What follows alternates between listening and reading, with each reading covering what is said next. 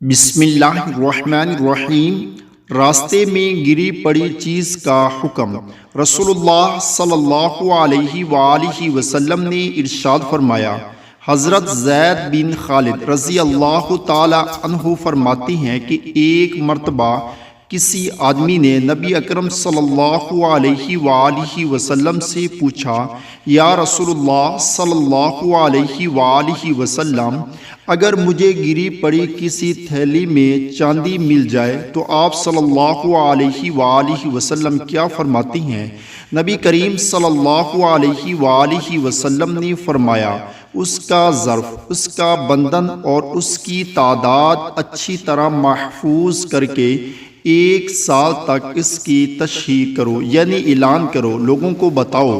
اگر اس دوران اس کا مالک آ جائے تو اس کے حوالے کر دو، ورنہ وہ تمہاری ہوگی۔